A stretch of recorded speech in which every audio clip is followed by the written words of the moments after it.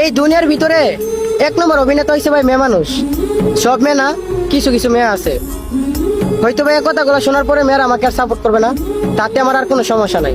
কারণ ভাই আমার আর ভিডিও করার ইচ্ছেও নাই, আস্তে আস্তে ভিডিও করা বাদ দিয়ে দিব।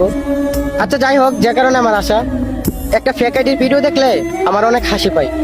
তো আমি আপনাদেরকে কিছু প্রশ্ন করব, এই প্রশ্নের আনসারগুলো আমাকে দিয়ে যাবেন আপনারা, ঠিক আছে? বেশি না, কিছু প্রশ্ন করব।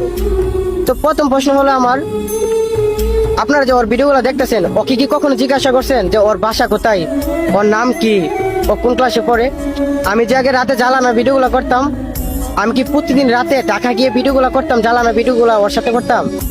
প্রতিদিন রাতে ঢাকা যাইতাম, পরে ওর সাথে ভিডিওগুলো করতাম? এটা হচ্ছে আমার প্রথম প্রশ্ন, যে আমি প্রতিদিন কি রাতে ঢাকা যাইতাম নাকি। এটা হচ্ছে আমার প্রথম প্রশ্ন। আর দ্বিতীয় প্রশ্ন হচ্ছে যে, এটা যারা নবীনগর আশেপাশে আছে তারা হয়তো বা বুঝতে পারবে, আমি নবীনগরের বাইরে গিয়ে কোনো ভিডিও করি নাই, ঠিক আছে? যতগুলো